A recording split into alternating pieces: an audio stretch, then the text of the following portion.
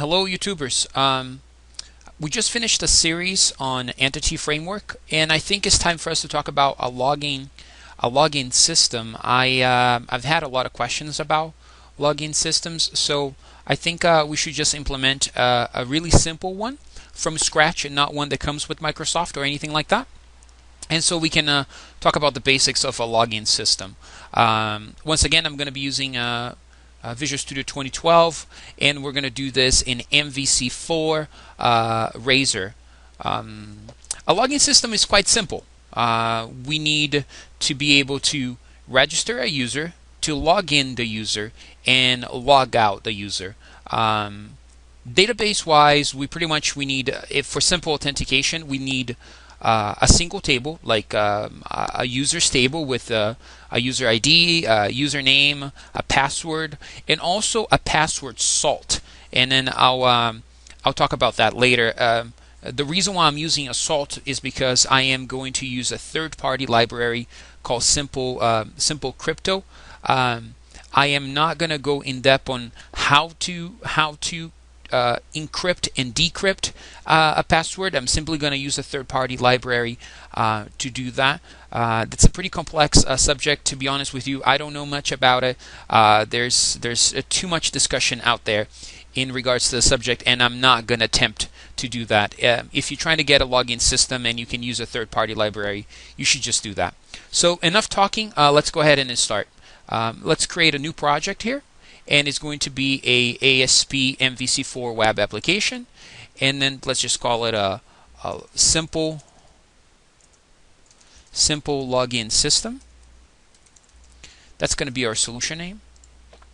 And I'm going to choose the basic, and the reason why I'm going to choose the basics is because it comes with basic files that we're going to use, such as the underscore layout files inside the share view folder. So first thing we're going to do is create the database. I'm going to use a local database directly inside the project, not a SQL Server instance someplace else. So I like to save and build right away. Under the app data, I'm going to right click, add new item. I'm sorry, it's outside the view in there. And I'm just going to call this my main DB, my main database. And by double clicking on it, we have the database and then its structure. I'm going to right click the tables and create new table. I'm going to call this the system users table. My first column is going to be a user ID. I'm going to make this into a unique and allow nulls no. Is this unique? Yes. Is this a primary key? I'm not going to make the primary key that. Varchar 150. Allow nulls. No. Unique. Yes. I'm going to make the email address the primary key. So then we can guarantee uniqueness in the primary key of the table. And then the password. In Varchar 200, it's a lot big. We're not storing the password that the user entered. Let's make that anywhere between 6 and 20 characters. Excuse me. What we're storing is the encrypted password, and that's what we're going to be storing. So allow nulls. No. Doesn't have to be unique. Like two users can have the same password. Why not? Right? It's not a primary key, and then we're going to call this the password salt. Password salt. So a password salt is actually something that is generated by the Simple Crypto class, and it doesn't have to be unique either. Most likely it is, but most likely it doesn't have to be unique, but most likely will be. That's what I was trying to say. That took a while. So the password salt is it's a string of text that gets attached to the original password. So then it becomes a little more complicated if someone tries to reverse engineer the password. And click OK. So now we have our table in here. It's just the email, the user ID, password, and password salt. Okay. So we have our table ready. We are going to use entity framework. So I am going to add a new item. Again, it's outside the view area there, but that's all right. And we're going to call this the main DB model. We're going to generate from database. The database is the main DB SDF file. And we have a single table in there. So click Finish. It's going to ask me to overwrite the files that I have. I'm going to say yes. And now we have our model in here. I'm used to the word context in here, just because I have been using entity for a while. I think entity 5, they changed it, the word context to entities. It's my preference. You can leave it as main DB entities. It makes sense as well. I just like context. Okay, I'm going to save it one more time. It's going to ask me to overwrite just 1 or 2 times. Okay, just 1 time. Let me go ahead and close this. Change this to Firefox in here. So what do we have so far? We have we have our database with 1 table, and we have the model. If we try to run this, I think it's just going to give us an error, because we don't even have we don't even have a main entrance point at this point. So let's go ahead and create that really quick.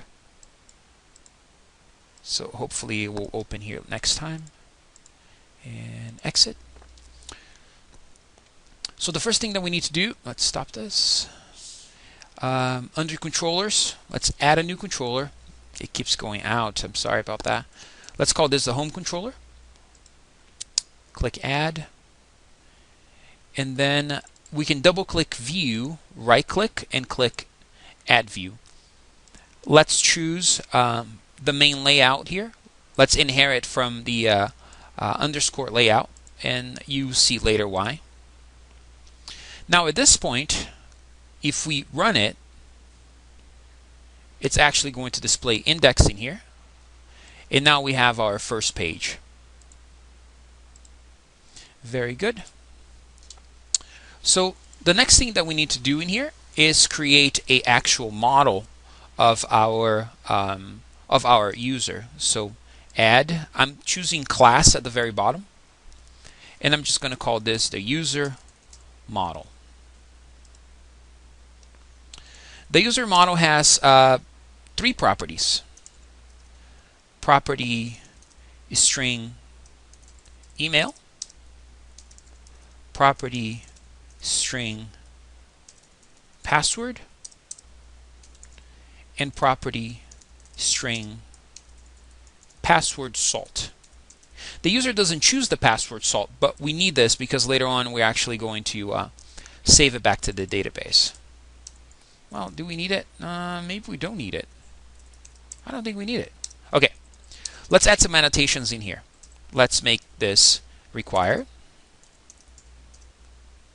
not return, required. And we'll add the namespace needed for that.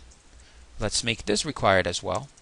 We're going to be passing this model to the view, to the login view, and also to the registration view when we want to create a new user. This is going to be email, and we have a limit here, right? So view server explorer column. Can we see properties in here? Yes. So the length is 150. So we're going to make this string length 150 max. Okay. For the password, let's do the same thing. This is data type dot password.